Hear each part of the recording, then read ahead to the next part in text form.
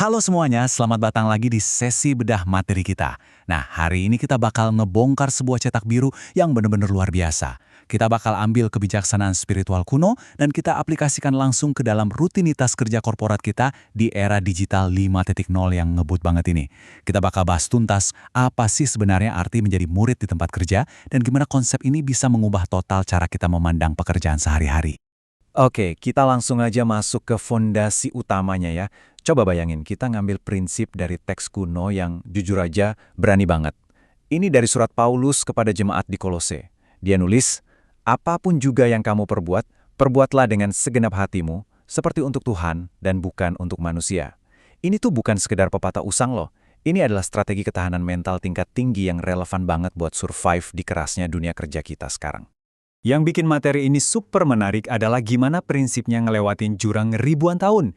Paulus nulis ini buat hamba sahaya di abad pertama, orang-orang yang secara hukum gak punya hak, apalagi gaji.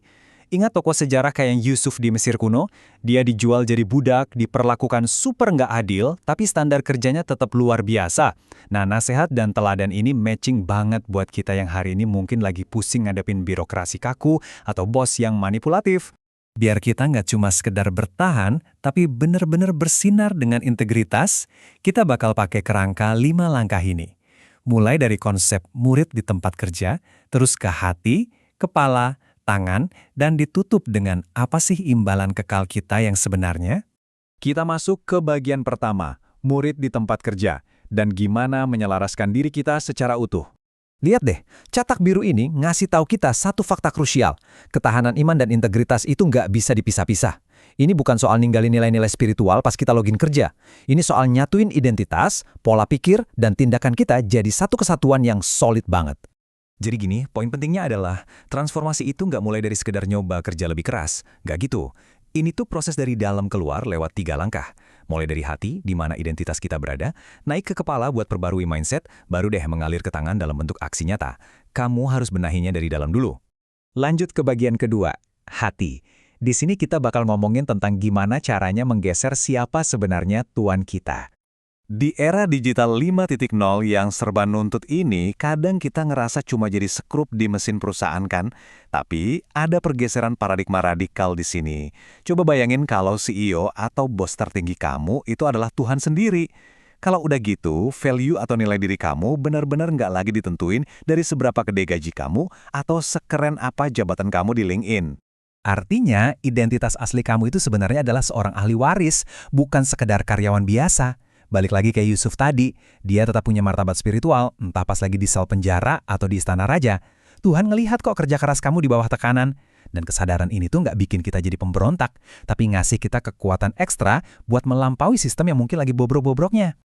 Simpelnya gini, hati itu pusat control room kamu. Kalau kamu ubah hati kamu, motivasi kamu otomatis berubah. Dan tebak apa yang terjadi? Arah hidup kamu secara keseluruhan juga bakal ikut berubah. Oke. Sekarang hati udah berlabuh, kita masuk ke bagian ketiga, kepala, alias medan pertempuran mental harian kita. Disinilah war zone atau medan perang yang sebenarnya setiap hari. Di pikiran kita, di sini kita mati-matian nolak godaan tren quiet quitting atau kerja asal-asalan. Kita harus nahan rasa pahit pas kita dilewatin gitu aja buat promosi. Nahan diri buat nggak insecure, ngelihat pencapaian orang lain, dan pastinya ngalahin ego buat nggak bales dendam ke rekan kerja yang manipulatif. Gimana cara menangnya? Kamu harus upgrade perspektif kamu. Jangan cuma fokus ke drama kantor yang ada di depan mata. Arahin pandangan kamu ke fondasi yang jauh lebih kuat, lihat kerjaan dari sudut pandang yang kekal. Geser mindset dari yang tadinya bekerja buat nyenengin manusia, jadi bekerja buat Tuhan. Masuk ke bagian keempat, tangan. Setelah hati dan pikiran inline, kita beralih ke tindakan integritas yang nyata. Nah, mindset kekal tadi tuh secara otomatis bakal ngehasilin 4 kebiasaan praktis yang nilainya mahal banget, bahkan di industri 5.0 yang dipenuhi AI sekalipun. Apa aja? Rajin ngasih hasil yang tuntas, tepat waktu karena kita ngehargain orang lain, disiplin yang konsisten, dan jujur tanpa kompromi sekecil apapun godaannya. Mengikuti jejak Yusuf, ini adalah bukti nyata iman yang hidup lewat tindakan kita. Dan bagian ini saya suka banget. Ini benar-benar muterbalikan konsep materialisme modern. Kamu kerja itu bukan cuma buat beli barang atau mati-matian ngejar kekayaan duniawi. Kamu kerja karena sadar bahwa kamu udah punya warisan yang kekal. Jadi, kerjaan kamu berubah wujud dari pengejaran harta yang bikin stres, jadi sebuah ekspresi rasa syukur. Keren banget kan? Dan akhirnya, bagian kelima, imbalan kekal. Yuk kita bahas kompensasi puncaknya yang jauh melampaui bonus akhir tahun. Kompensasi sejati ini pakai istilah Yunani kuno, kleronomia. Artinya, warisan kekal, sebuah jaminan mutlak yang disediain langsung sama Bapa di surga.